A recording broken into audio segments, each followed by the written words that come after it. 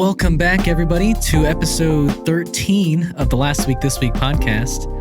I'm Ian Scott. I'm Zack Huber. And this is a show where we talk about nerd culture stuff from the past week, this week, and the upcoming week. Today, we have a bunch of news to go over. We have reviews of The Last of Us finale and the Mandalorian episode 3 of season 3. We also have Superman Legacy stuff to go over. We have Shazam news. Oscar news if you care about Oscar stuff. Well, I wouldn't necessarily call it Oscar news. You're right. But we're covering the Oscars. Yeah, just a little bit. Little bit off the top, I guess, before we do Last of Us. But yeah, just real quick. I think, what was it? Our number one movie of 2022 was Everything Everywhere All at Once. Yeah, and if it wasn't, it was like pretty much tied with The Batman. It was my number two. It was your number one. It was my number one. I couldn't remember. Yeah, funny enough. But just big congrats to all of. I mean, they were nominated for 11 awards, and they won seven of them, including directing, best movie, right. Best actress or original screenplay, best supporting actor and actress. Yeah, right. Just and then also Brendan Fraser for The Whale, which I saw. I know you didn't see it yet, but I'm planning on it. Very well deserved. Nice. And I can't remember all the other nominees, but nothing stood out to me as like a bad thing or was like, I know people were I know talking about like Angela Bassett. Oh yeah, her reaction to losing. But yeah, I don't know. I think it's like everyone told you were the front runner, and like you lose, like you're gonna be a little upset. But it's not anything to like. Right, it's not like she had a crazy reaction or anything. It was just like she didn't clap. That's pretty much it. There's lots of people who end up don't clapping. Right. So yeah, and she has every right not to. And she was great in Black Panther. She was, yeah. But I love Jamie Lee Curtis. Yeah. In her role. So yeah, I was saying this with somebody else. I really do think it matters to be in the better movie. And I think even though Angela Bassett might have given the better performance, and I'm not slighting Jamie Lee Curtis at all. She gave a great performance in Everything Everywhere All at Once. I'm just saying, I think it helped to be a part of this amazing movie where she also had this amazing performance. Sure, but I will say that Angela Bassett's performance was more emotional. Yeah. But I think what Jamie Lee Curtis did was she really did not, and Angela Bassett was a supporting character, and she did support that. I mean, she gave Wakanda Forever what it really gave it what it needed. But Jamie Lee Curtis really was like the definition of a supporting actress. Yeah, I agree. And she had to do a lot of things. Yeah. She had to do action. She had to do comedy. She had to do drama. She had to do romance. She had to do, exactly. So her, I don't know. Both of them were very showy performances, but they also were very nuanced as well. So yeah. We're gonna start off with the Last of Us finale review, and it's gonna be spoilers. So if you care about spoilers, just maybe come back, listen to what we have to say later. But we do have another spoiler review at the end of the show for Mandalorian episode 3. Yeah, but let's jump into this one. Yeah. I think the opening of the episode wasn't anything like super strong. I think it was just kind of a natural continuation of like the story is like we're still traveling. But it started off with Ashley Johnson with Ellie. You're right. I was thinking starting off for Joel and Ellie, but yeah, you're right. That the beginning of that episode was really special. I had heard about Ashley Johnson's role in this as Ellie's mom before the show had even aired. And I was super happy with how it was done. Like a lot of times when you're adding on lore to like a really beloved character, it's like it's usually not a good piece of lore you're adding. But yeah, I mean, I think this felt so natural. I think like maybe my only complaint, and I said it to you, was that like how fast like the bite happened before she was born. Right. But yeah, I think regardless of that, like having that, like someone said it where like she was born out of this like horrible, like heart-wrenching moment. And like her life is just a series of like unfortunate events after that. Well, not trying to like hype up the book or anything, but there's unfortunate events. Yeah. I was like, are you loosely trying to? I really didn't mean to in the moment, but that just happened. Okay. But yeah, no, I think it's just kind of a beautiful like storytelling to add on to Ellie's story. Now, what is the I don't know what you would call it, but I saw that people were saying that this episode confirmed a theory. What's the theory that like fans had from the game that's in here? I'm assuming it has to do with... The theory was Ellie's like how she got the like immune to it. And like where the disease like was. I think like I can't remember exactly what the theory is, but I think like fans predicted that like the cordyceps was like in her brain. And I think that's what they like kind of confirmed in the finale. Oh, okay. Right. Yeah, I was telling you that it was pretty crazy watching this episode with that beginning, because I'm still on my now over a year journey of watching Star Trek The Last Generation or the Next Generation. Yeah. And there's a Star Trek episode called Genesis where a certain cell in one of the crew's bodies, Beverly Crusher, who's the doctor, she's like, I'm gonna activate this dormant cell in you so it can take care of this little like he got this disease thing, a very harmless disease, but but doing that, they all start to like de-evolve into their prehistoric like selves. Wow. And so the only way that they figured out how to like reverse that is a crew member was pregnant, or actually Data, who's the android, his cat was pregnant. Oh, okay. And so they find the kittens, but Spot, who's the cat, has now turned into a reptile. But the kittens are unaffected. So basically, they find this crew member who's pregnant, and because of the I don't know, the liquids or the I don't know what I was calling it, but the theory was that like that it protects the embryo. And so tying this into like Ellie, I was like, did people get it from maybe that episode, or just like, because the same thing happened where from the very first episode, there was a fungi documentary like right around the time, a little bit before like the Last of Us game came out. Okay. And there was a bunch of people who were making these like fungi related like zombie things in media. Right. And I'm just like, I wonder if there's like a connection there at all. I mean, the fungi stuff wasn't added until the show. So if that was before the game, then... I thought the fungi thing was in the game. I mean, the way they... Just I thought like just the idea of a fungi infection, you know? I guess at least I was under the impression that it wasn't, in the game, it wasn't by fungi. But they're all like mushroom zombies, right? Yeah, that's how long ago I played this game, man. That's crazy. I guess I don't know. Okay. I mean, but I guess I was under that impression because they had evolved the way it spread so much that I figured because it was fungi, they were making it spread so differently.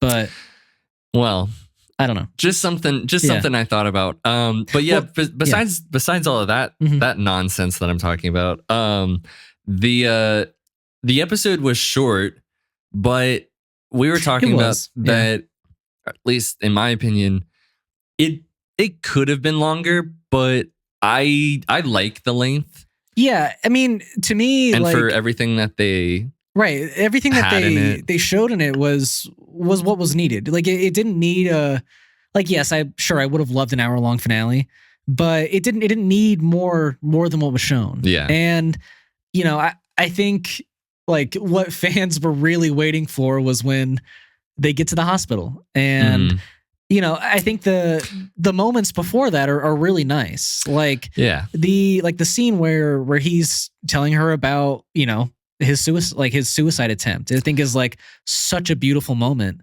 That really I don't know why I wasn't thinking that like he was the one. Right. That just really like threw me off. I was like, whoa. In the game 2, they even hint at it, but it's never a moment like this where he like sits down and explains it. Oh, really? Yeah. Yeah, and then getting to the hospital. Well, I will say that. Sure, go on. Well, actually, what were you gonna say? I was just gonna go straight into the hospital. Right. Yeah. I was gonna say that. I think the moments before they get there, like with the giraffe, and at first I didn't like the giraffe scene was nice, but then through hearing other people talk about it, and even in the after show, that it was basically this moment of seeing Ellie before, because she was pretty upset and non-reactive to anything that was going on. And I thought like, oh, is it her birthday? Is it the day that her mom died and she's remembering it, or something like that? But I think she's just kind of upset about all the shit that had happened in the previous episode, I'm assuming. But having this moment of just seeing her like be happy was, I think, needed. And then she starts to say like pun jokes, and when they start talking about the pun jokes, and you just see that, Firefly. You saw guy. it before me, and you gasped, and I was like, what is it? Oh, you didn't see it? I didn't see it immediately. Oh my God. I was like, I just gasped and had my hands over my mouth because I was like, oh shit. With hitting my microphone. Yeah. Like, that just, I didn't know what was going to happen because I don't know, and thankfully like they were, they were just the Fireflies. They were just the Fireflies, and they didn't know what, who they were. But so then we go into the hospital after they get kind of kidnapped by the Fireflies, and they've immediately split up Joel and Ellie. Like they wasted no time creating that tension and making you feel the desperation that like Joel felt, where he's just like, and you see that he's a completely, and Marlene sees it too, that he's a completely different character than you see at the beginning of episode 1. Mm-hmm.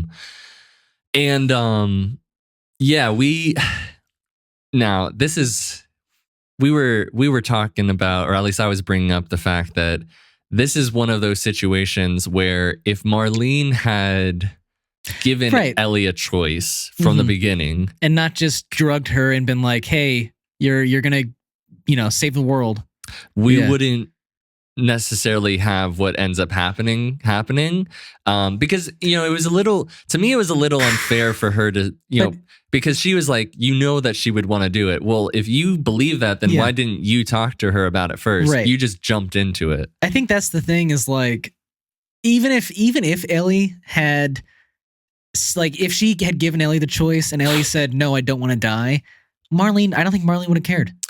Right. Honestly. No, she wouldn't. Because she wants to save the world. Yeah. Which maybe for her, it would just be, because of what she went through with her mom, it would just be easier to just not have that conversation. Not have a conversation. So, but I was talking to you about when you were mentioning that Joel was like a straight up villain in the last episode. I was, you mean episode 8? Yeah, right. Episode 8.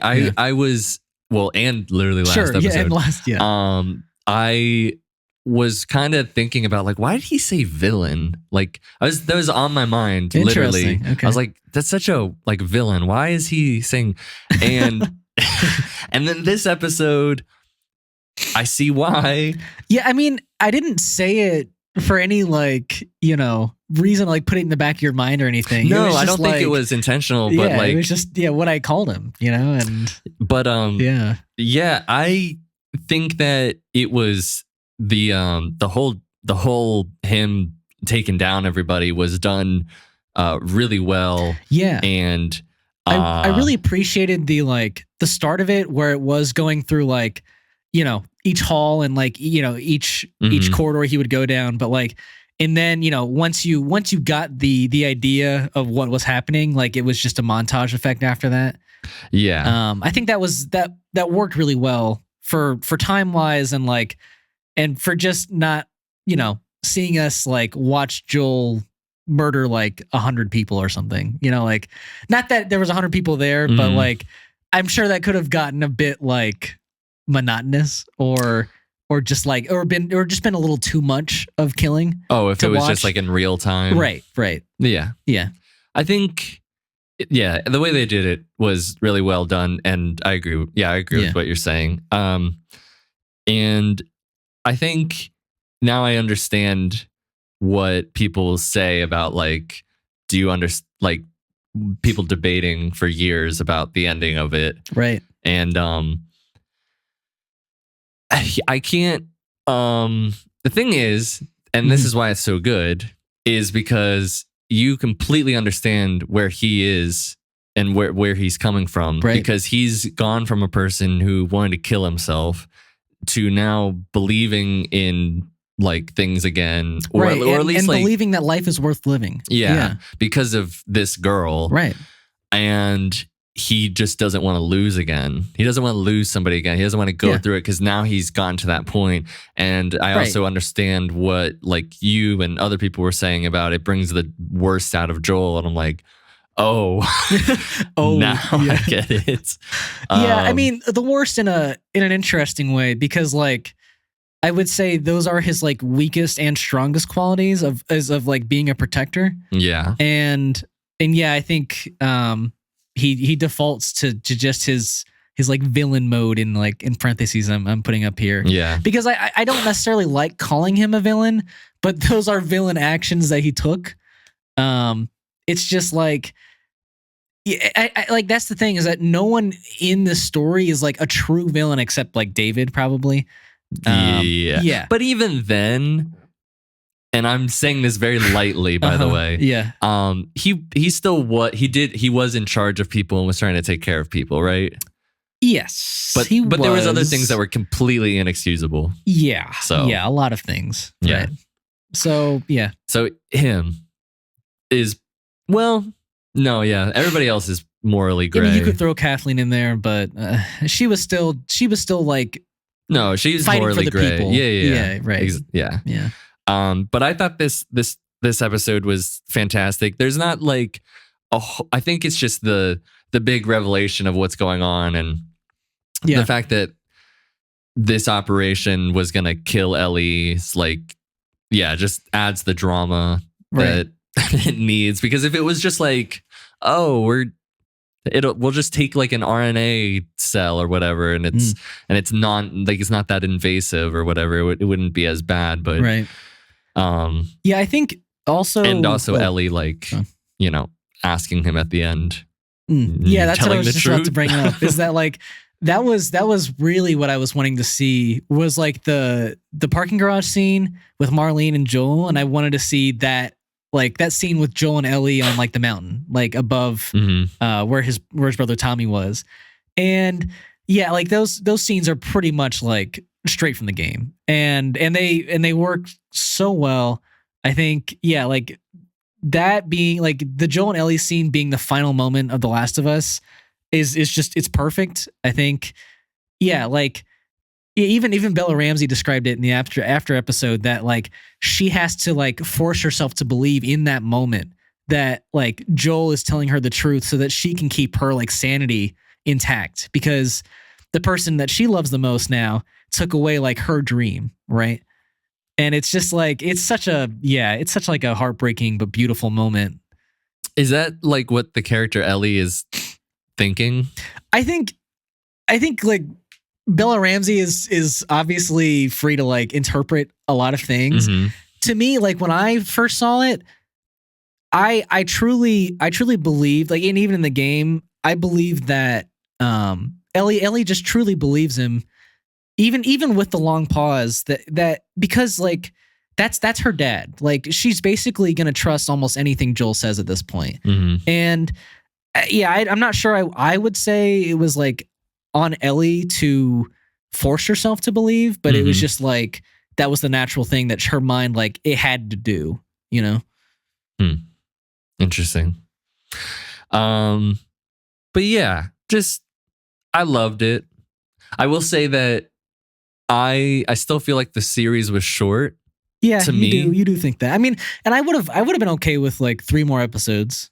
Yeah. Yeah. But I think at the end of it, you know, just to cap off the whole show. Yeah. Like before the show started, I was saying that I thought that the show was going to be more quiet, intimate, emotionally, like, and you were right. And I was like, oh, cool. I'm right. I'm right. As always. No. But there was like a lot more, like, it was a very intimate, quiet story for the most part. And I mean quiet by, like, I do mean quiet like a good amount of the time, but I also mean more quiet as in, like, there wasn't a lot of action scenes. Right. It was a very dialogue heavy show, and it focused very much on character interactions. And like we got not a lot of clicker action, which is, I think, our one complaint. Yeah, but I think it's still not that big of a complaint. That's the thing, is like the infected were such, like, I think they were done in such an interesting way in the show. Like when, like in episode 2, when they kill that guy and he falls and it alerts like a horde of infected somewhere else. That was never done again. And I thought that was such a cool way to bring these in. It really wasn't. I want to say in maybe the 5th episode there was a bit of that, but you're right. And you know, like after that 5th episode where we get the swarm in Kansas City, we get 2 more infected, I think, the entire show, and they're both in flashback scenes. Yeah, and they're not exactly, well, maybe one of them is, but they're still not even like clicker, like fully clickers. Right. Just infected. Yeah.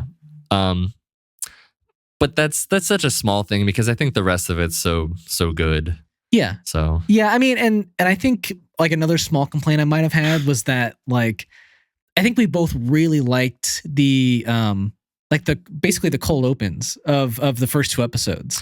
Well, I really did. I thought you were like, I don't need more of these.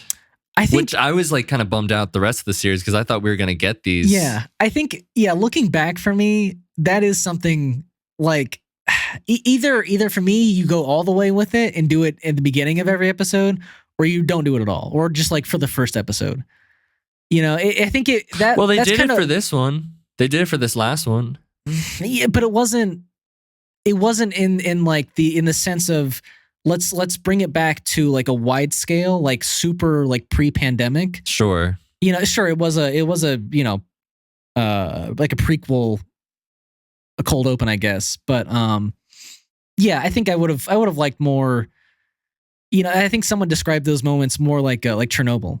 Like, you know, like Craig Mazin's last episode or last show. Yeah, they really are. So yeah, I think that would have been cool to keep seeing those things. Yeah. Yeah, but that's a small complaint. Yeah. With the ending of this, we got news that they're going to be doing a like season 2 for The Last of Us, and that's going to be adapting the part 2 of The Last of Us.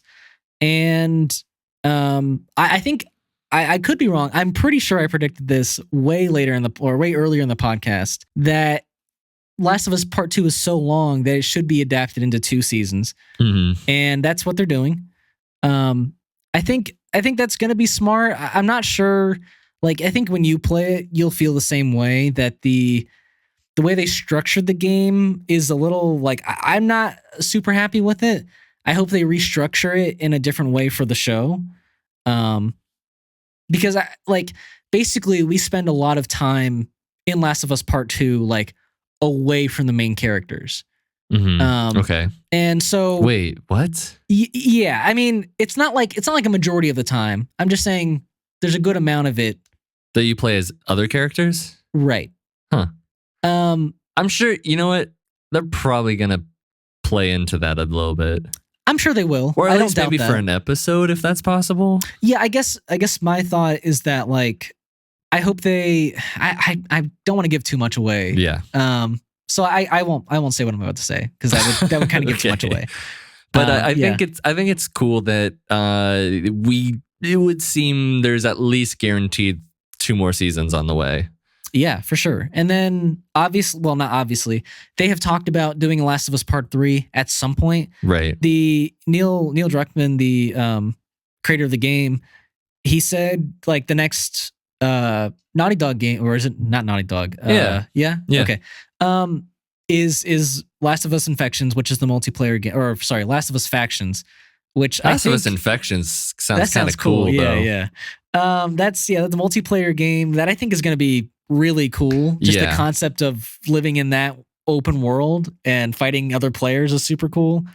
I think, and then the next. I'm assuming, I don't know anything about that game, but I'm assuming that along with fighting the other characters, there'll be like also while you're playing the threat of like the infected just popping out. Right. I'm hoping. I hope so too. Because that would be like an added level that like. It needs to be there. Yeah. And then they talked about the last game or the next game that they're putting out after Factions, which they didn't really talk about. They just said it's not going to be a sequel to The Last of Us, and that they've already made that decision. Yeah. Right. So we'll have a long time to see what The Last of Us Part 3 is going to look like, and I think the show is going to give them that time by making this 2 seasons, and I'm sure that'll take 3 to 4 years to come out. So who knows? Yeah, I think hopefully we don't run into a Game of Thrones situation where we're waiting like 2 years per season. Well, I wasn't gonna say that. I was just gonna say like they get in their heads. No, just like they don't start making material just for material's sake. And like did they do that with Game of Thrones? Yeah, well, they were at some like going into season 5, they were departing from the books and started writing a lot of what they wanted to do. And in my opinion, it was still good, but it was not nearly as not successful, but not nearly as. It just wasn't as quality. Yeah. Like there was just certain things that I was like, I don't really, the only thing that like I know that I liked about season 5 was no Bran, but I really, this is getting off topic, but I really do like season 5 because it's a very sad season for so many characters. Yeah, it is. It was actually a little too sad. Yeah, maybe, but you know. But I because like I wouldn't mind if they waited like a little bit. I don't know. I wouldn't mind either. Until like they figure out what the third game is. True. Or like even let the third game come out before the series. Maybe. Like before they do a second season? Not a second season, but I'm saying like they go through maybe it's part 2 is just 2 seasons. Right. And then they just wait. And maybe. I hope that I hope they can do that and the actors would want to come back after like a prolonged period of time, Yeah, I don't know. Depending on what the story is. Yeah, I guess. Right, because I guess I don't doubt that like Bella Ramsey and Pedro Pascal are gonna like what Neil Druckmann writes. Yeah, because I think they have a lot of trust in him now. I think just they like also that they are having popular characters and are very popular right now. And if I was an actor in one of these shows, I'd be like, yeah, I'm going to keep doing it. Agreed. Yeah. This is like the biggest role I've ever had in my life. Right. So, yeah. And, well, we're going to move on from stuff into like a lot of DC content. Coming up, it'll be when this podcast comes out, Shazam will be out, Fury of the Gods. And, we're hopefully seeing that basically just after the podcast. Yeah. Comes out. So Zachary Levi, who plays Shazam, he was I guess this was on the premiere carpet. And he said something? Oh yeah. Maybe I didn't hear that. Oh, okay. Wow, so this is from Deadline. But they were talking to him about like what's his future of like what's his future in DC? Right. And he was saying it all comes down to what the people want. and also spoke about James Gunn and Peter Safran, who are the head of DC, and he said that they're excellent leaders, and he trusts where they're going to take all of this stuff. Right. But I wanted to mention that this movie is eyeing a 35 million domestic to 85 million worldwide start of like 125 million production cost. I think that it's possible that it'll break even. Yeah, I think at best it's going to break even. And so what I was thinking about all of this is that I think that this is indicative of like the philosophy at DC at the moment, which is take out what either doesn't work or can't work, and then whatever does end up working, keep. Yeah. And I think unfortunately this movie is probably not going to do as well as its predecessor.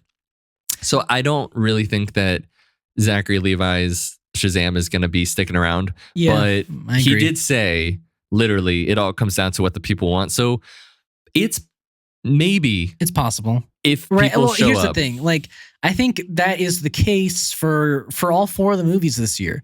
I think if like Warner Brothers and the heads of DC, if they see that like the fans have supported and, you know, like they made a good profit from any of these 4 movies, those characters could stick around. But if the fans don't speak and they let Shazam go under profit or break even, then it's not going to stick around. Right. But I think with characters like Aquaman and The Flash, those characters, regardless of the actors, are going to be sticking around. Sure. I guess with those two, with Shazam, it's just the actors. It's not as like you don't need to have Shazam in the DC universe. I mean, some people would argue that you do. Sure. And I would want him in there. But and the same thing you could say about Blue Beetle potentially.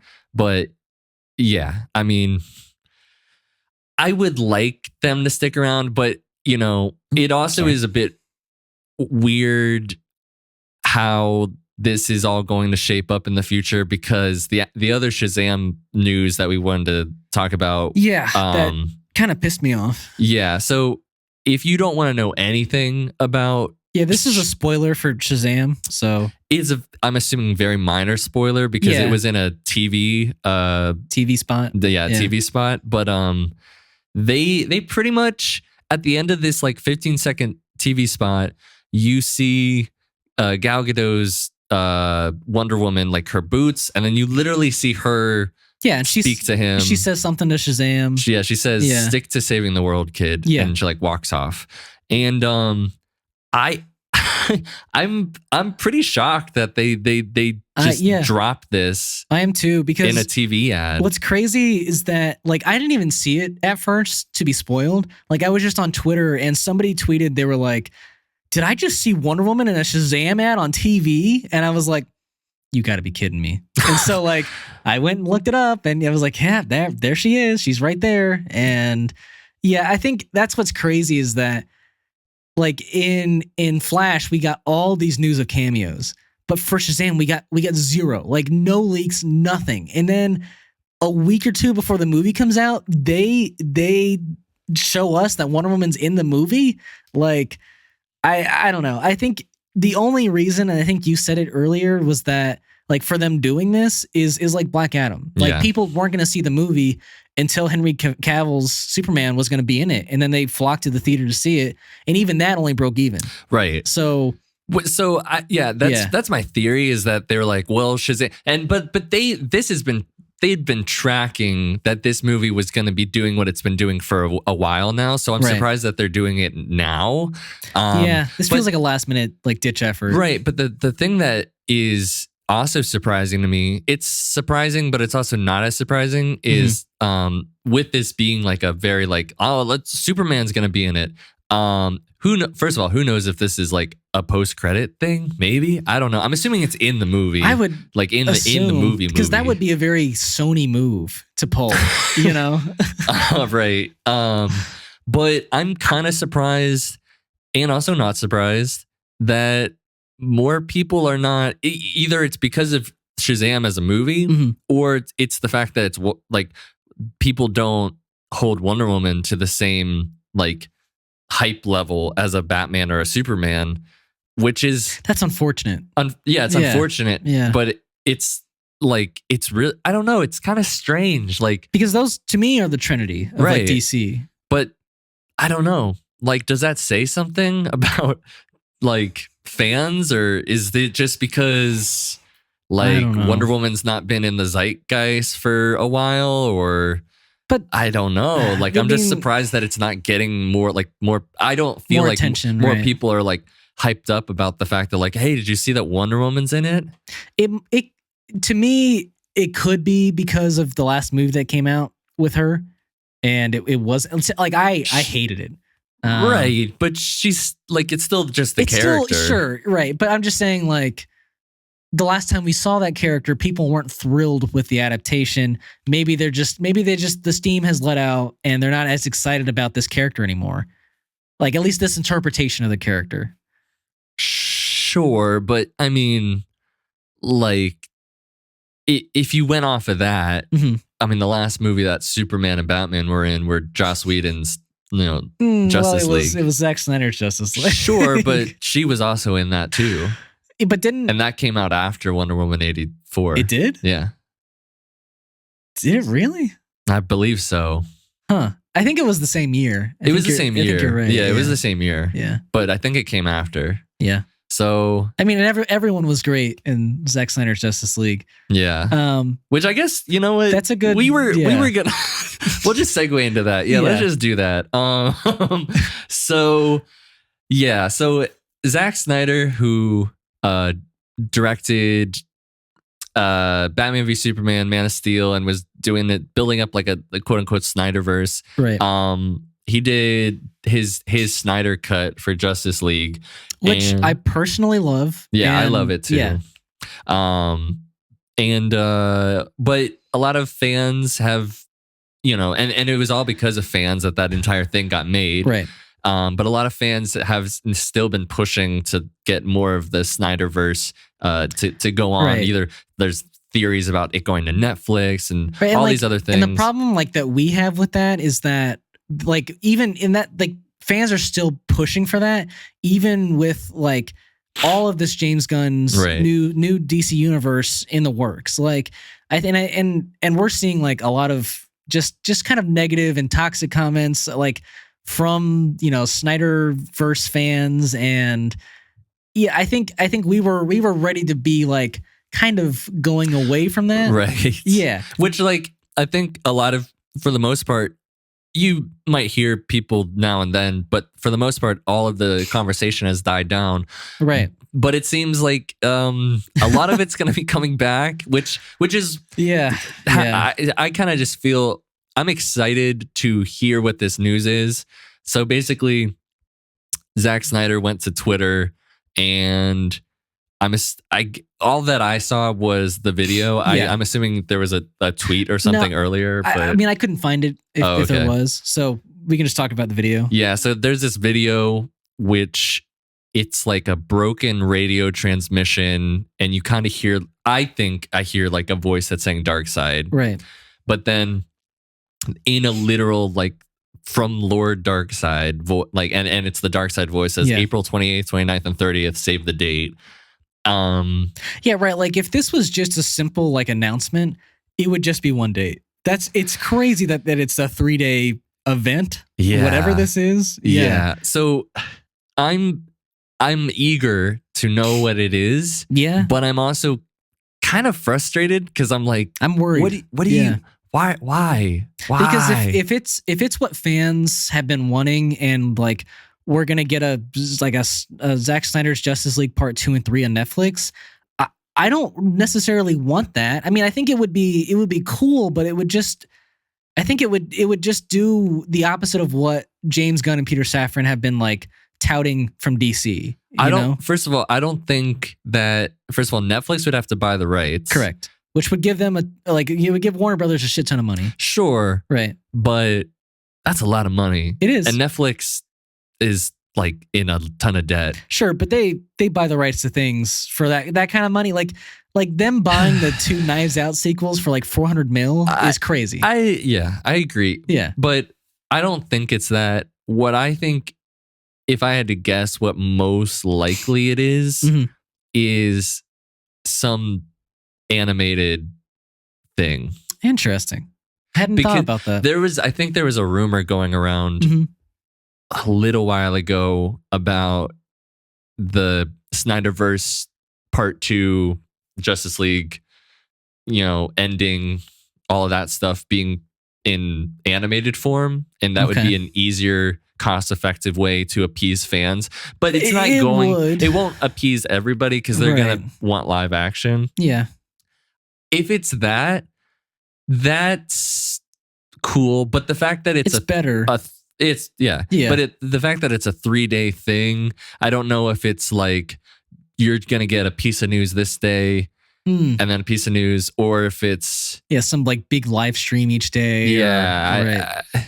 I don't know, but it's just it's odd that Zack Snyder still has plans for DC. Yeah, and I'm wondering if I'm assuming DC or James Gunn or Peter Safran have to have signed off on this. Maybe. Maybe. I mean, that's the thing, is it's not like he released anything as of yet that's like he's trying to sell or has any like DC like characters in it. All you hear is Darkseid's voice. Yeah, I mean, the fact that it's coming from Darkseid, it's like, well, clearly that's just it's Justice League. Like clearly, like that's like right. I mean, there's nothing else it could be. A transmission going out. I'm assuming so. Yeah. So I guess we'll keep an ie out, and you guys keep an eye out for April 28th to 30th for like a month from now, right? A month and a half. Yeah. But also, speaking of DC is that James Gunn got on Instagram and is actually said that he is officially directing Superman Legacy.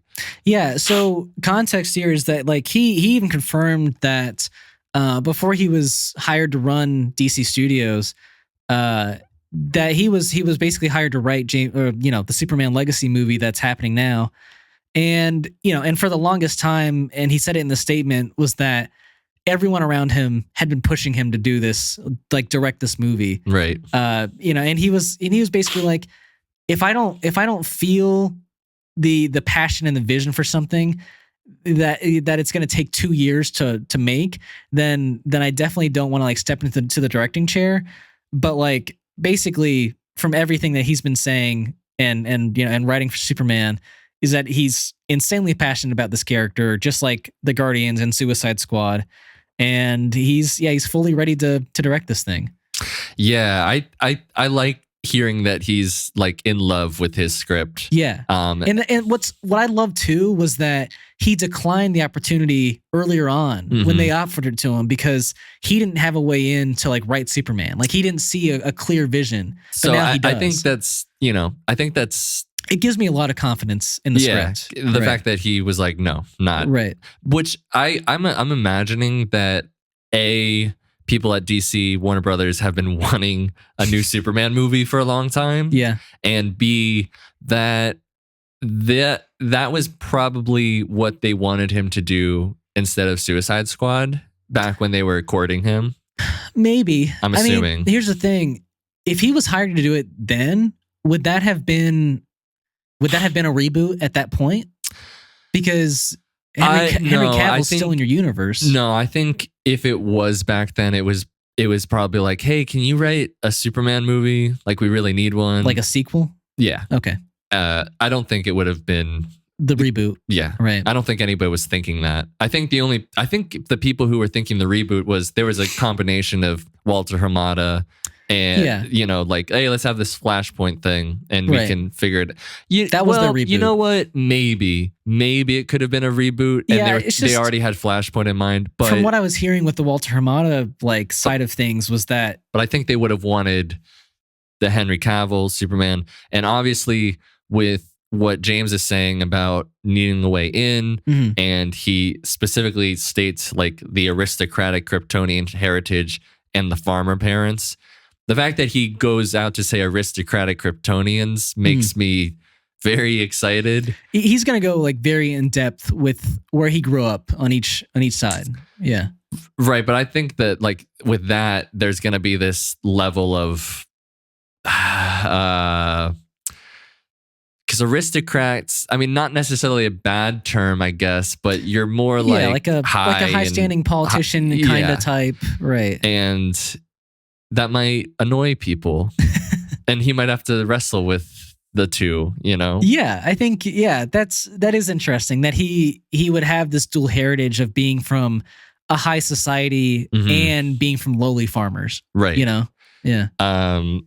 Sorry, but were you saying something about like the reboot thing? Just with the reboot, you know, like everything I had heard from the Walter Hamada era was that, you know, possibly that Sasha Calle's Supergirl would be the one taking over from Superman. Right. So yeah, I don't, maybe no, because it was Superman. It wasn't like a Supergirl movie. So yeah, I don't know. I guess DC was that big of a mess back then too. So yeah, and I think it's we should also say that the official release. I don't know if they gave the official release back when they announced all the plans. Did. Yeah. Okay, well it's July 11th, 2025, and he did mention that his brother was like, "Hey, that's our dad's birthday." And he's like, "Oh shit, I didn't realize." Yeah. So that's really nice. Yeah. And then one last piece of DC news before we move on. Ben Affleck, who was the Snyderverse Batman, James Gunn was having meetings with him, or at least a meeting with him, and thinking like maybe we'll have a Ben Affleck movie in the DCU, which is something that I was really hoping for. You were really thinking he would direct the next Batman movie. Yeah, maybe. Right. Hopefully. Like I thought that could have worked out. But I don't know where he was asked this, but I guess just this is the quote: "I would not direct something for the James Gunn DC. Absolutely not. I have nothing against James Gunn. Nice guy. Sure, he's going to do a great job. I just wouldn't want to go in and direct in the way they're doing that. I'm not interested in that."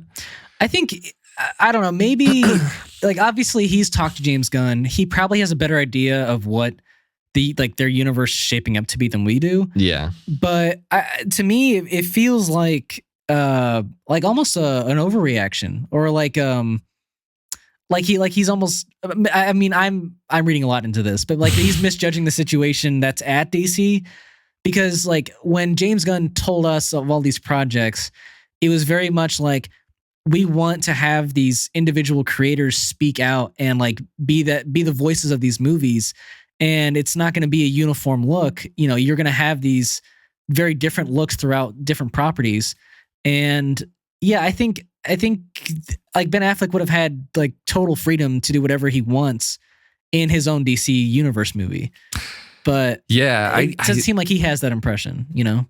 Yeah, because he was interested in directing back when it was the Snyderverse version. At one point. I mean, he quickly switched off of that. But sure. Yeah. And I'm gonna guess that there's got to be some degree of uniformity, and whatever degree of that, maybe that's what he's not not liking. Right. But you're right. It would have been, hey, like we want to have lots of different voices to make our product or our universe feel unique and like lived in and special. And, So I don't know if maybe he's being overreactive, or maybe he's a little. I don't think Ben's like that though. Like I agree. I don't think he's. I think he's like, we know. I think the quotes are maybe just reading them, they can seem a certain way, but I think he probably means well. And I guess he just like doesn't see how what he would want to do would work. Right. But you know, I'm not sure what other property he would be directing. It would be something that's newly pitched to DC. So yeah, because we were trying to think of other characters that he could do, and I'm sure like he could do something more close to like the street level. I think heroes. that's where he's comfortable. like with superhero stuff, at least. Yeah, I mean, he could do other stuff, but like all of his movies have primarily been more about intimate, more like, Operation Stings and stuff. Not necessarily stings, but like just doing more like, I'm from Boston and From Boston. But Yeah, sure. I don't know. I guess I'm just kind of bummed that he's not gonna do anything with them, because I thought that was something that could happen. But yeah, it seemed like a very real possibility that, like from what we had heard from James Gunn, it was like very positive talks, but yeah, I don't know. Yeah, big bummer. Yeah. But on the other side of the superhero aisle, so Marvel's What If, which is their animated multiverse show. Yeah. Well, there was a bit of news before they announced that it was getting delayed, which is, and it was also found out on like a soda can, maybe. There was like Really? a little Okay. leak of it, but they're introducing a Native American hero named, and I might butcher this, but I think it's Kahori. Okay. I didn't see the name. So. Okay. For season 2. Mhm. And it's on an episode centering on a pre-colonized North America. And it's pretty much what would happen if the Tesseract fell to Earth and landed in the sovereign. I'm not even going to try to say that. I'm sorry. Before the colonization of America. Right. And basically, like, it's the Tesseract. It takes on a new mythology. It makes a lake like a gateway to the stars, which leads this hero to like a quest. And apparently, it was made closely with members of the Mohawk Nation. And so, do you think it's gonna like involve a lot of their like mythology? I'm sure, like, yeah, they were mentioning like Right.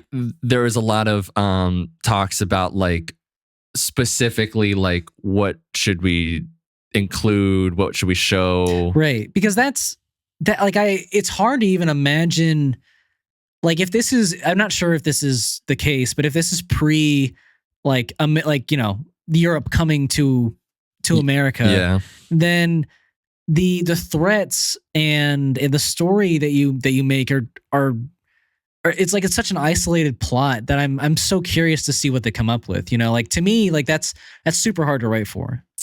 I'm assuming the fact that it's the Tesseract is the space stone, right? So, Yeah. I mean, most likely if this lake is a gate to the stars, she's going in this lake and she's going to some place in space, I'm imagining. No. Or characters from space are coming out of this lake. I wouldn't want that. I wouldn't want to follow a Native American character in space. Like, I feel like we need to have that story really take place at like in their home. I mean, hopefully this story, whatever they're doing with this, is done well.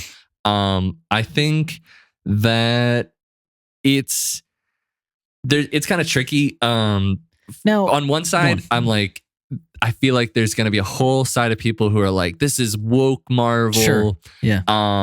And I don't. So that's one side, and I'll get to the other side. But on the people saying, "Oh, this is Marvel being woke," this is. I wouldn't say that this is being woke, because from like the winners of the Oscars this year, Everything Everywhere All at Once, like with Ke Huy Quan, like he's saying like, I saw like Rich Asians. Right. And he was Crazy like, Rich Asians. Crazy Rich Asians, right? I knew I was missing something. And he was saying, like, I saw like, oh, maybe there is a place for me. So, and I've talked to other people about like representation, and it actually is very important. Oh yeah. I mean, it creates a lot of opportunities for these, for the minorities, right? Yeah. And just like being able to see like this, like, that too, right?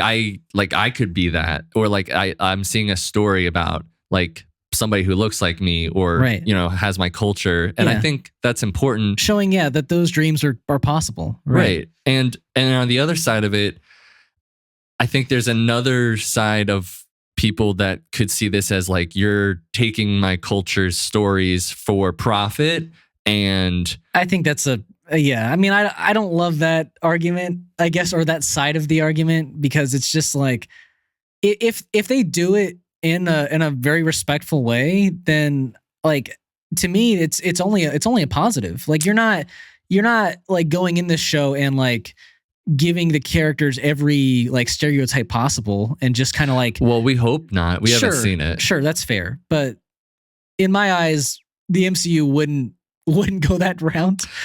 And I think they would do something respectful, but I don't know. Yeah, I mean, I think they said they spoke with members of like that the Mohawk specific tribe, right? Yeah, and the thing is, like, these members could be people who, like, I don't know, like I like, just for like any group, not just certain members don't necessarily speak for the whole, right? So that's right. So I'm like, I can see, but that's kind of for every group. Like, you like, anybody can just be like, well, that's not what, like, I don't like that, or like, you can't use, like, I don't like you using my stories, or like, you're I don't, just, it's all for like profit or whatever. Like, right. There's always people who are a little upset, but in my opinion, for this, like, it does seem like they want to tell a story that's inclusive, or that's about something different than just seeing like a white guy in New York. Or this is an original character, right? This is entirely original character. So, and I mean, that's new for Marvel. They haven't done that yet, right?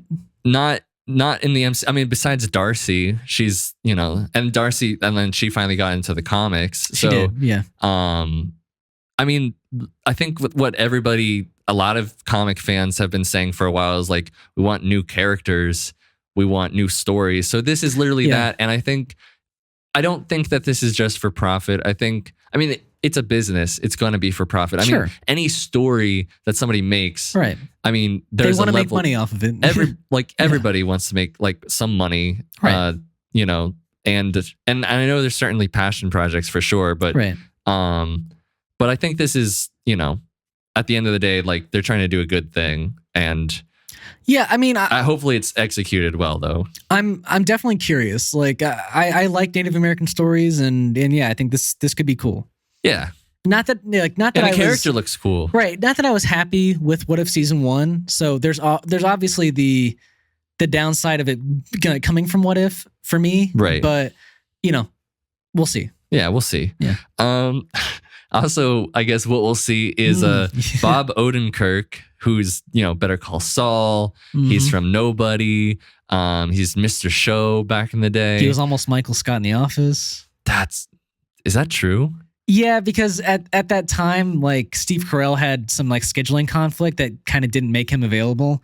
And yeah, he was like the number 2 choice. Yeah. Honestly, that would have been great. It was great because, like, you saw him in the final season of The Office, and he had like a Michael Scott role where he was like some other boss that Pam went to go interview for, and it was perfect. Like, you could see it. Yeah. Well, he is. I'm assuming this is shot, but he's starring. Do you think it's already done? That's what it was. He was like saying, like, I put right. Well, yeah. Tell everyone what the news is. Yeah. So he's. Starring in The Room, right? But like a remake of The Room, which is the infamous Tommy Wiseau movie that's so bad it's good, that spun off like The Disaster Artist, right? And like, I saw this movie like 2 or 3 years ago, and yeah, for sure, it's like the funniest bad movie I've ever seen. Yeah. So yeah, for Bob Odenkirk to do a portrayal of this Eastern European guy trying to do an American is going to be so funny. Yeah. Well, here's the thing. I was going to ask you, like, do you think this is being done like seriously?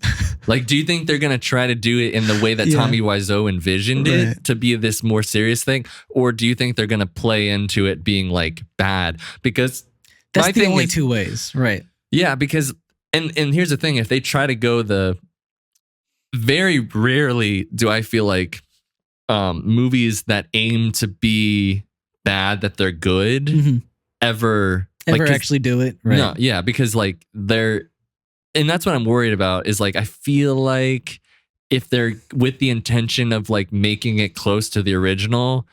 First of all, I don't see the point why. Well, they did say this is for charity, isn't it? Like 100%, like everything's going to charity. Oh, I didn't know. I don't know. I could be wrong, but that's what I heard at least. Huh. If that's true, then yeah, I guess that's cool. Right. Yeah, but I don't, because most of the time when you're like trying to be like, this is purposefully not good, it's not as funny, right? Because but the fact that Tommy worked so hard to make it a good thing, you're like, God, like it's, like you can see the passion in it, but it's like, like none of it's in the right spot, and but like I think I would be more curious to see like a serious version of this movie. Although can you imagine? Like I kind of can, and I think that would be really fun to see. Like seeing the cancer scene and but it's being serious, or just having 3 sex scenes in the first half hour. Like, how are you going to make that serious? Like, good questions there. But I mean, I would also Bob Odenkirk would have the long hair. Yeah. Well, he's not going to grow it himself. but I would also be so happy to see him just fully recreate this movie, like down to the like detail, Yeah, I will also say that Tommy Wiseau now has a franchise. He does, because I mean, I personally love Disaster Artist. Yeah, I love it. Do I think this is going to be as good as Disaster Artist? No, but. Yeah. I mean, because I think the beautiful part of that movie is that it gives so much context, and it centers it around like Tommy Wiseau and his best friend, and it's just a beautiful story around the movie. So I think this is just going to be a more fun time. Yeah, I just hope it's fun. Yeah, I don't want it to be like, oh, we tried to make it this funny thing, but it's like, and it just falls flat, and I'm like, well, this is kind of a waste of time. But I'm gonna see it. I'm gonna see it. Yeah, I will 100% see it. Also 100%. Yeah, we're seeing things without even knowing anything about it. This is from the Hollywood Reporter. So Quentin Tarantino, he's been saying for a while now, that he doesn't want to make more than 10 movies because he feels that the later movies, like the last 4 for most directors, they start to lose their touch and they're not good, which I would argue against, but whatever. I mean, and he's been saying this for a long time. He's been saying this for 10 years will be his, or 10 movies will be his max. Right. And so it's being like reported that he has his last one, which is called The Movie Critic, and he's gonna prep to direct this fall. There's not a lot of info about it, but it's set in late 1970s LA with a female lead. And I knew, I didn't even hear the time period. I was assuming early 80s. Okay. So that's great. Yeah. And it's being speculated that the story might be on Pauline Kael, which is an influential movie critic of the time.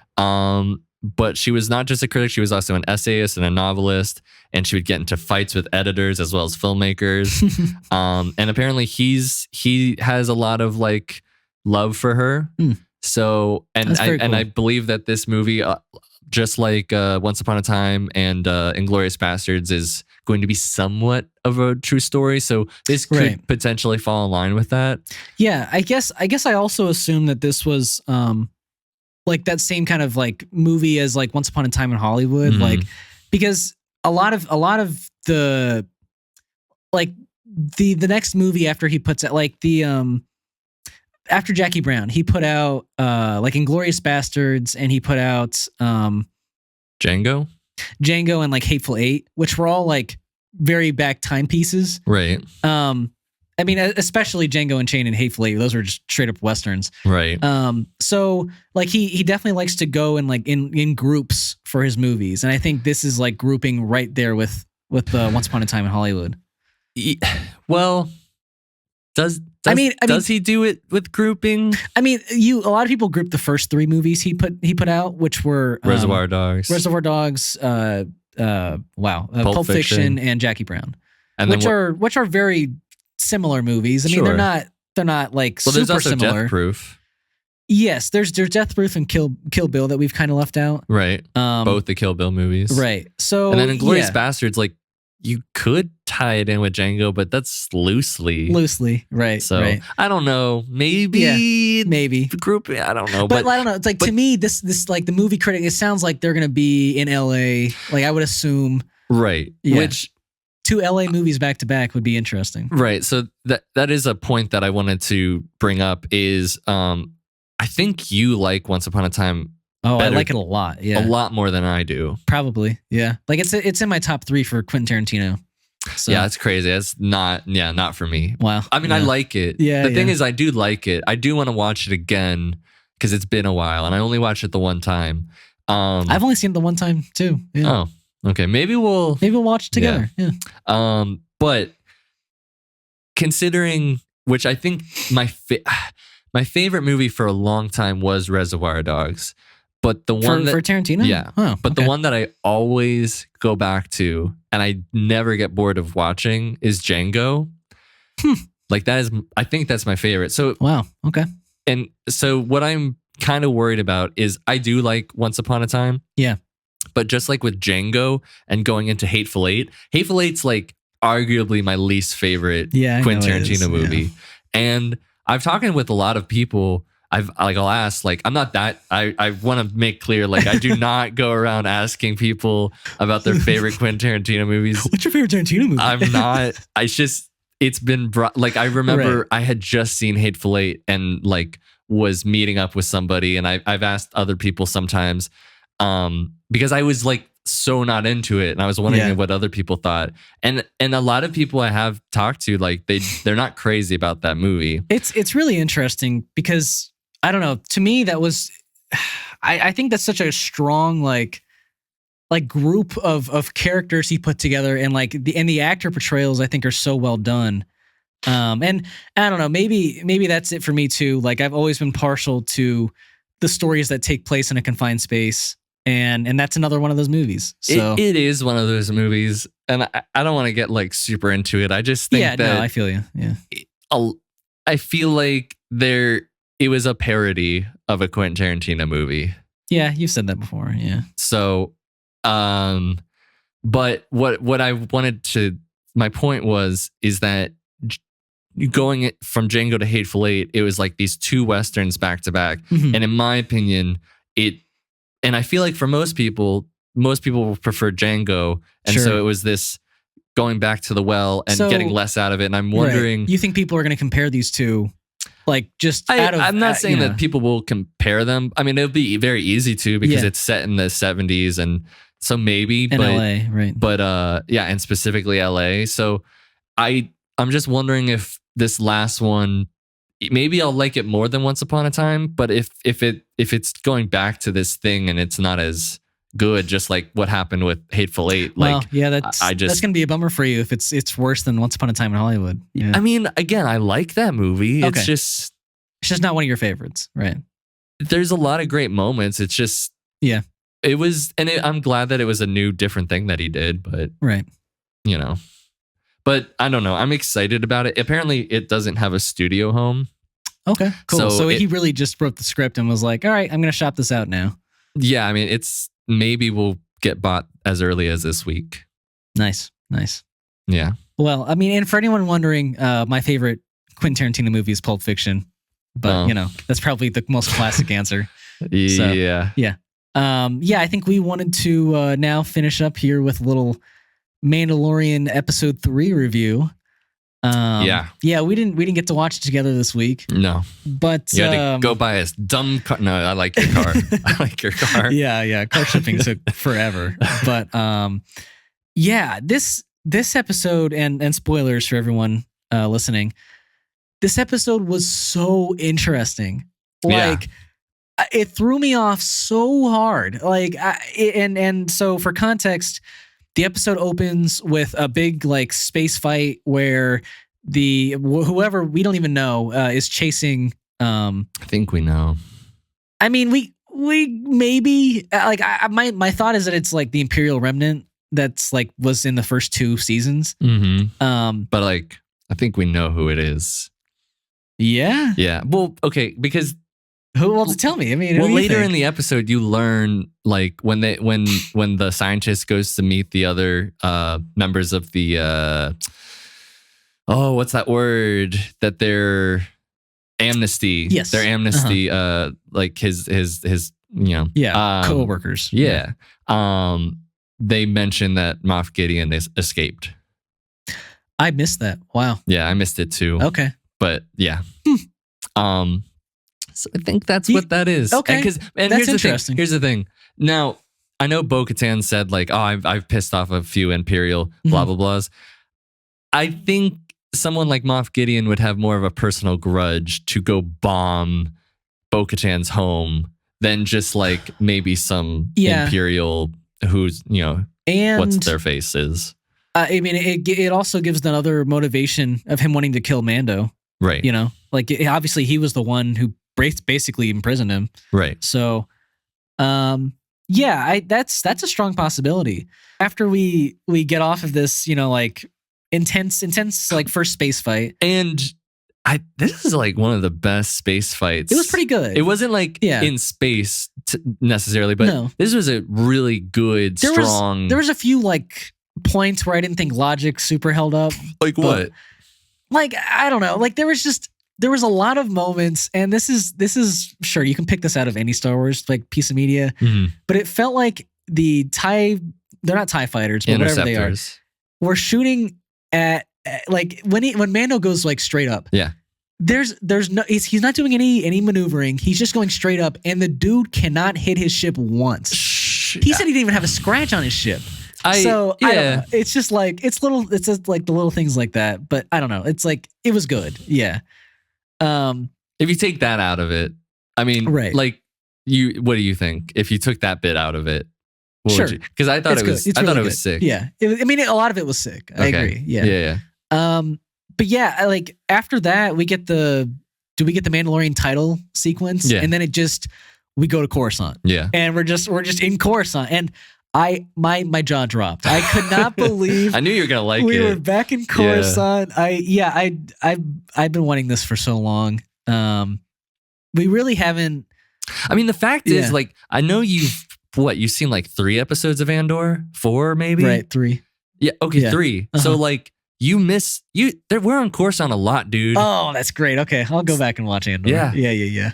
Because this was like a very Andor-esque episode. Which a lot of people were saying, is this just Andor? Or are we just watching Andor right now? Which this was not as good as an episode of Andor, in my opinion. Yeah, but it was still. I'm super glad that it happened. I liked it. I really did like this story. But like for context, after this opening title sequence, we are following 2 other very minor characters from the first 2 seasons for 38 minutes. 38 minutes. That's a whole episode. Yeah. Yeah. I guess like I like the story, but I have to start being okay with not following the main characters of a story, which I don't know if I should be, because like I'm referencing Boba Fett. Yeah. Right. Where Mandalorian was the main character for 2 straight episodes.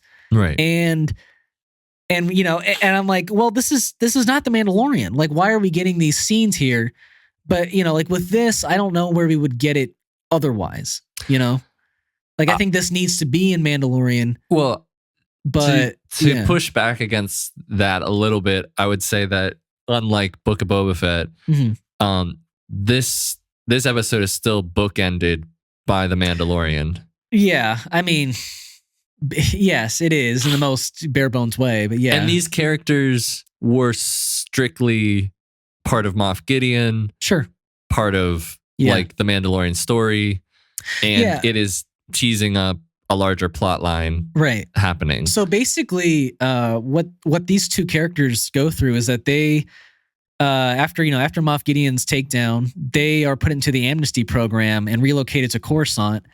And so one is Dr. Parrish Pushking? Pushking? Okay, there it is. And Puffskein. Do you remember the other Elia Kane. Elia Kane. Yeah. And so basically we get a very slice of life time with the Doctor for quite some time. Basically just seeing him live his life and get acclimated to Coruscant. But, we see that he's not fully happy. Yeah. He wants to continue his research, and the New Republic doesn't let him. That's something I do want to discuss.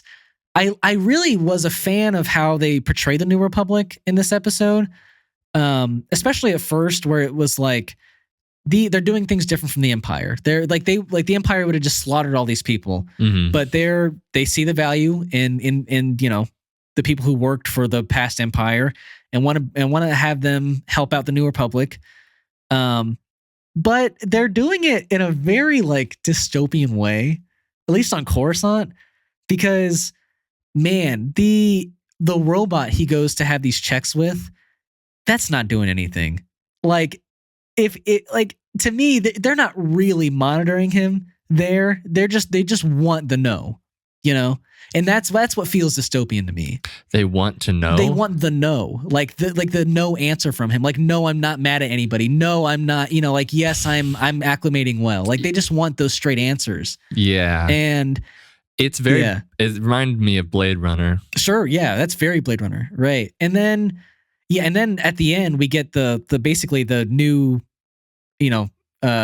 newly presented mind flayer, which is not a mind flayer, right? And and that's the guy was like, I just used it last week.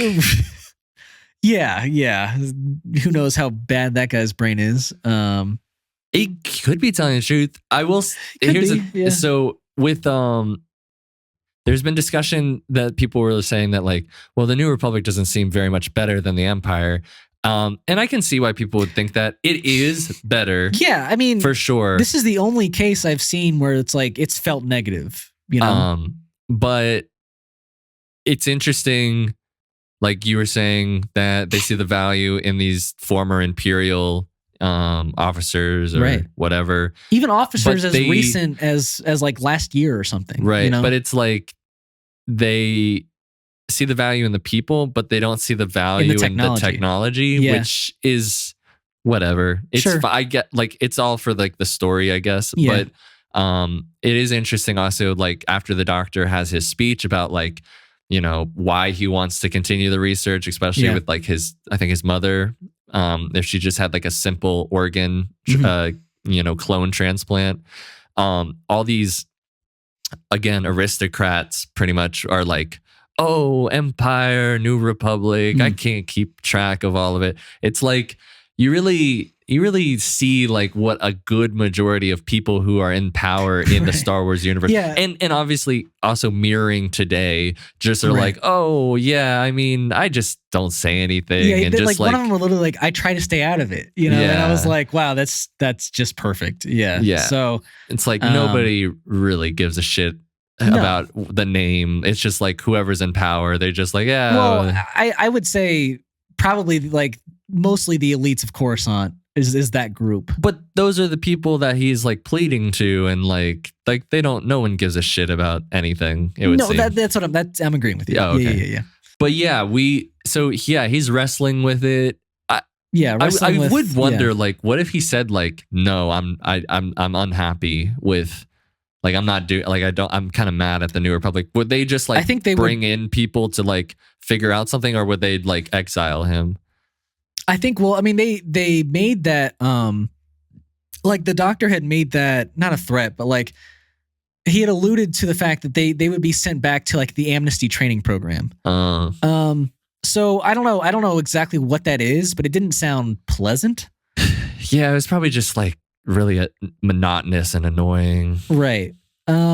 So yeah, like probably not huge consequences until the mind flayer, but we still get Elia Kane kind of introduced halfway through this now, where she was an officer from Moff Gideon. I almost didn't remember her, but I guess she had that like moment like last season where she was like, what do you need me to do? Right. And so, yeah, she played a double agent so well.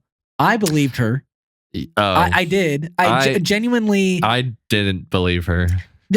She was doing so much. And like, I felt a little skeptical, but like, the fact that she was with the doctor on this entire journey for them to get for them to steal these supplies he needs to conduct his research, I was like, okay, like it could be a trap, but like she's with him the whole time. She would be caught too.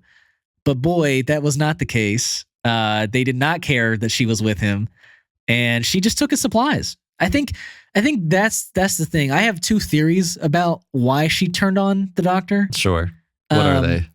My theories there are that she needed him to pick out the supplies that he needed for the research. I think I agree. That's That's for probably sure the most likely thing. Yeah. The other is that she needed him to get to the mind flayer so that she could wipe all his memories and fully control him how she wants. I think that is a little more far-fetched, but I think it's possible. Yeah, see here. I have a lot of questions because one, what is her job in the amnesty program? We never see it. Is this her job? Like, it almost sounded like it because like seeing if they'll do the thing, right? Because they applauded her for doing this, right? They were like, "Oh, well, you made a good call. You called it. He needed this." Or are those New Republic officers that like look at him or arrest him? Are they on like the take with like a Moff Gideon or? I didn't get that impression. And I think she's working the system really well. I think she's doing something for Moff Gideon. Yes. And my thing is that so he picks out the supplies or whatever. Like, to me, like if she's wiping his memories, like will he remember how to do anything? So like, is it that they have another doctor that like would do something for them? Yeah. And if they did, like, wouldn't that doctor know what supplies they needed? So I'm just curious as to fair. Yeah. what exactly is going on. Right. Because that was such a long time for us just to get the reveal that Elia Kane is still evil. And and then just to wipe the doctor's memories all over again.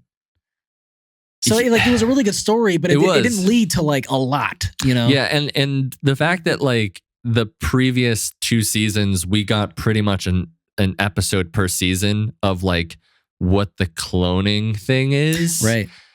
I wouldn't be surprised if we don't get any resolution this season. No way. No, I think for sure we get more cloning talk. Like we're gonna see more from Elia Kane this season. This season, absolutely.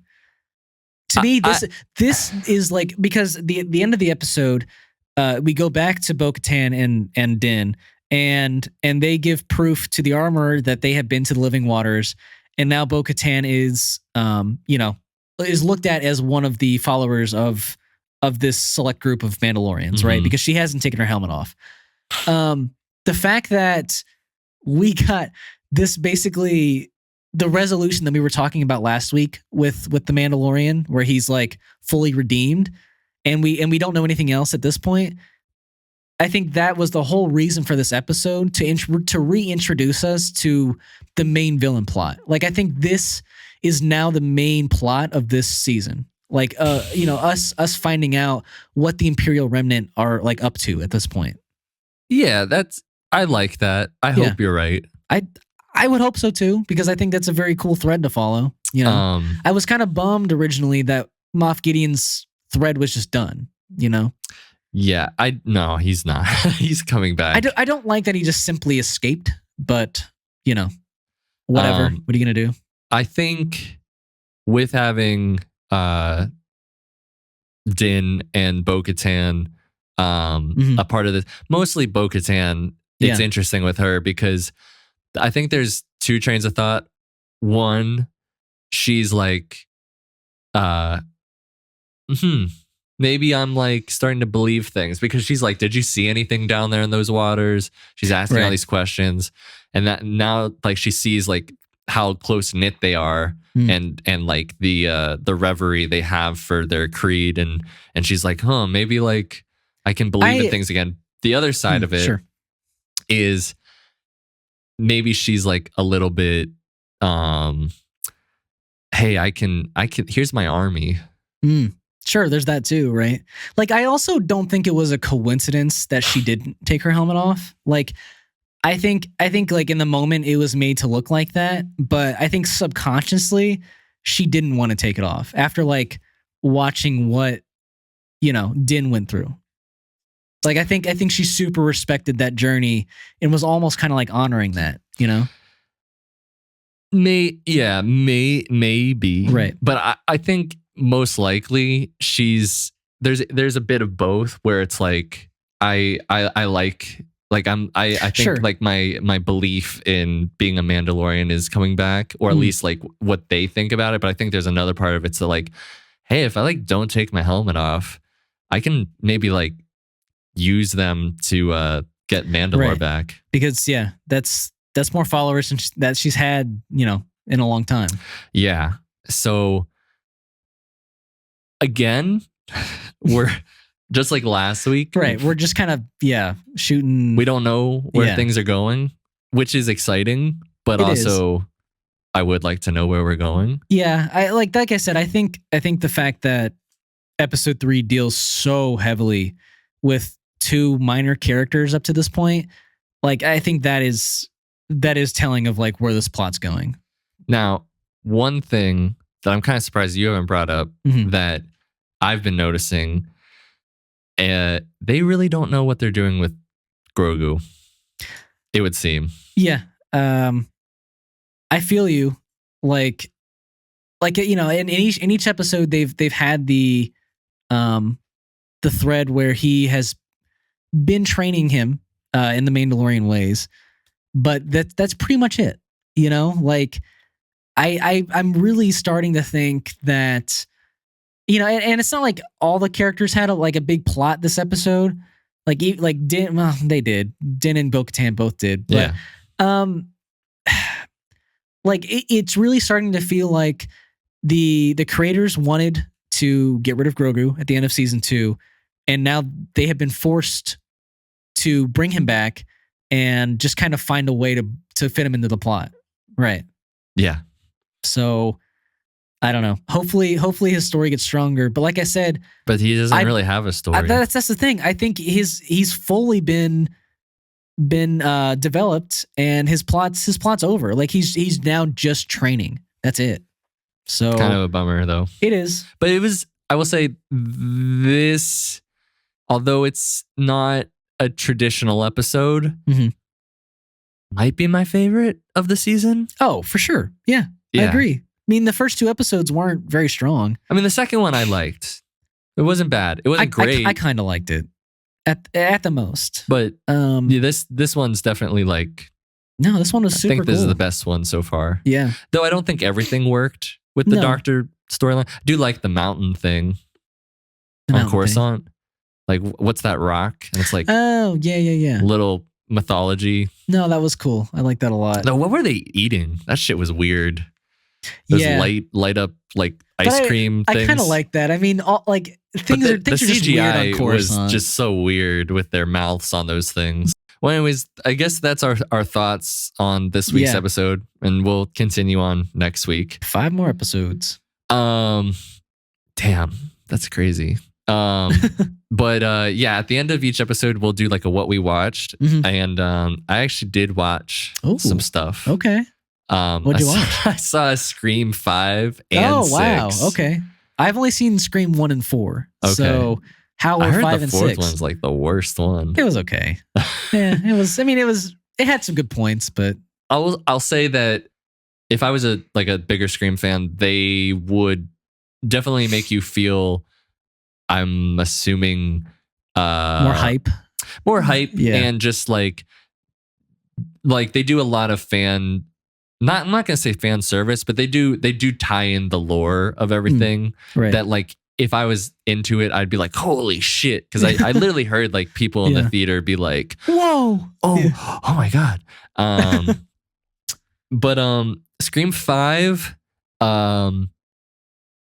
pretty good. Yeah, both of them pretty good.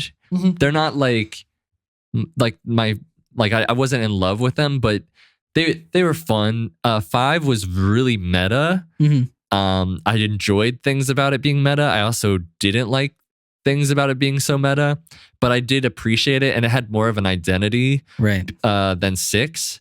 But I do like things about 6 a lot more than I do 5. So they're both, because 6 is more like it's a better horror movie. Is that what you're thinking, or slasher it's or whatever? Just, yeah, it's hard to call like these. Yeah, they're not really horror movies. They're really not horror movies, but they're like thrillers. Yeah, yeah. Like 6 is just more serious. Okay. And then 5 is way more just like we're leaning into it being like commentary on today's horror and fan culture. I mean, I thought that's what the first one was kind of doing, you know? Yeah, like I think there's a lot of ties. There's a lot of ties and like to the older movies. And they're really the fifth one is really has much more of an identity, and the sixth one's just more of a straight up just slasher. Right. But it is done pretty well. Okay. And especially the ending is really good. And I'm excited to see what they do with the next one. Yeah, because that's a bummer a little bit for me. Not that I'm like a huge Scream fan, but like I think seeing the marketing of Scream 6, it looked like this was almost like a, I guess I know it won't be, but it was almost like this is a gearing up for a finale of the Scream. Like they had that room where like they showed all the different Scream suits. Yeah. Right. So I don't know if it goes in that direction. I hope it's like good. They're gonna probably do one more and that'll be it. You think so? Yeah, but like then that ends like that's kind of at the end of the movie. Okay, with all that stuff. Mm-hmm. That's like my favorite part of the movie. Nice. Is what happens in there. Okay. I didn't call it killer for the fifth one, but did call it for the sixth one. Okay, nice. And I was very proud of myself. Okay. I'll have to watch these. Yeah. But yeah, they were good. They were pretty solid. You could easily watch them for sure. Yeah, oh yeah, I mean I'm fine with Scream. Did you watch anything else? I watched Latin music documentaries. Yeah, how was that? I don't know why I don't know why I'm laughing. No, they were great. I love. No, it's just kind of out of left field. No, it's really No, they're cool. They were like from PBS, and nice. I was just interested and super cool. Cool. Latin Music USA, if anyone's interested. Yeah, pretty solid. Very interesting. Very, very interesting. Well, I watched an episode that you love. Oh yeah, I finally watched your favorite episode of Sherlock, and I really like it. Yeah, it's not my favorite. I think what's kind of like bumming me about season 3 so far, like the other 2 seasons have felt so like this is like the plot of this episode, and like a lot of what happens in it is dealing with like the mystery of the episode. These first 2 have been very like what's happening in the lives of Sherlock and John. And then like the mystery comes at the very end.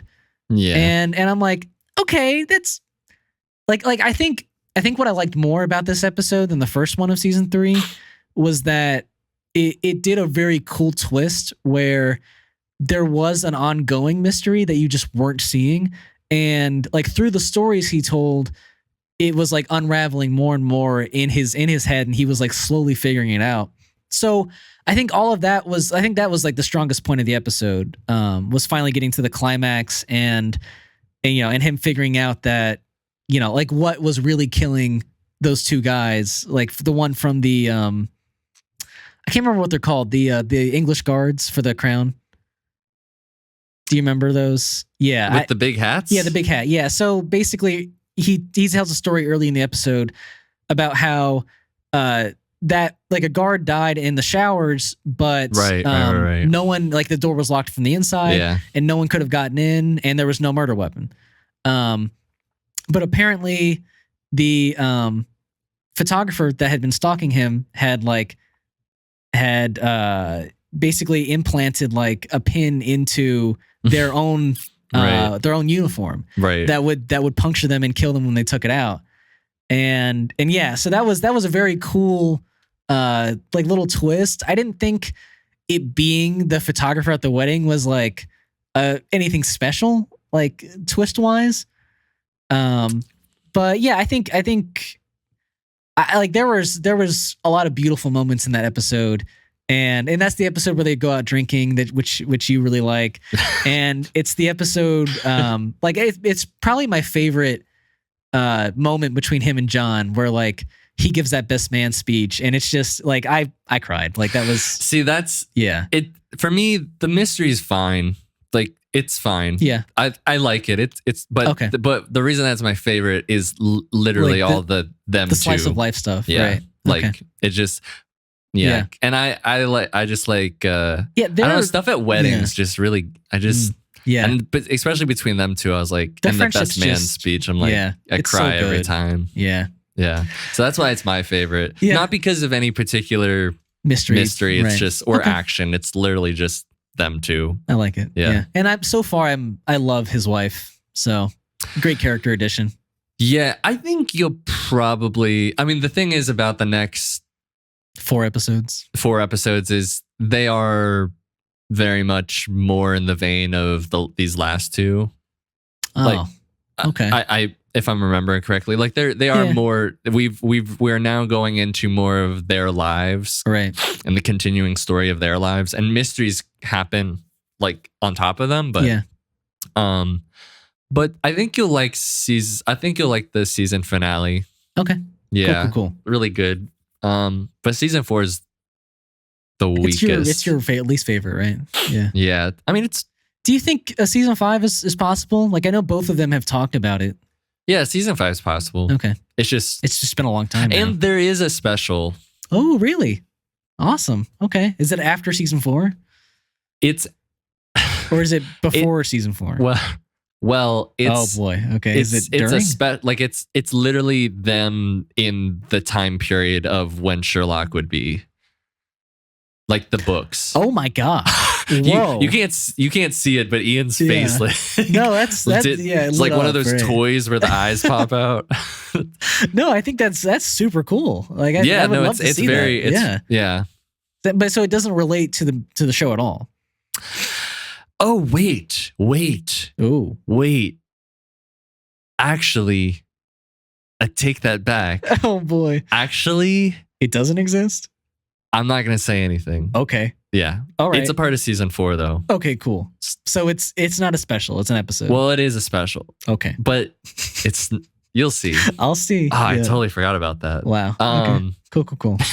Yeah. Well, yeah, we talked about a ton here today. Hopefully you got through to the very end, and if you did, I appreciate you very much. Yeah. I appreciate you too.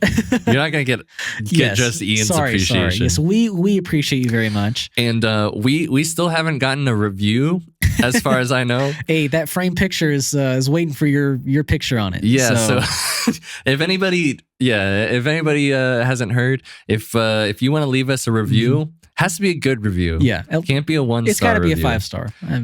If you give us a 5-star review, we will get a frame picture of it, and we'll put it on our Instagram or maybe something else, but definitely on Instagram, and we will frame it. Absolutely. Okay. You'll be the first review. So if that's please, enticing to you. If that's enticing, if that means anything to you at all. Yeah. But if you want to listen to more episodes of the podcast in the future, we release on Fridays and sometimes Saturdays. And if you want to listen to these episodes, we're on Apple Podcasts, Spotify, and Podbean. If you want to interact with us on social media, we're on Instagram and YouTube and TikTok at Last Week This Week Pod. But yeah, I think we would also greatly appreciate the support if you liked what you heard today. Through a like, a comment, a rating, any of those. If you liked what you heard, we appreciate it. Cheeky DM. No, don't do that. Sure. No, please. No? Well, I mean, just don't be whatever weird. You're feeling. Don't be weird. Yeah. But yeah, thank you very much for listening to today's podcast. Yeah. All right. Well, until next time.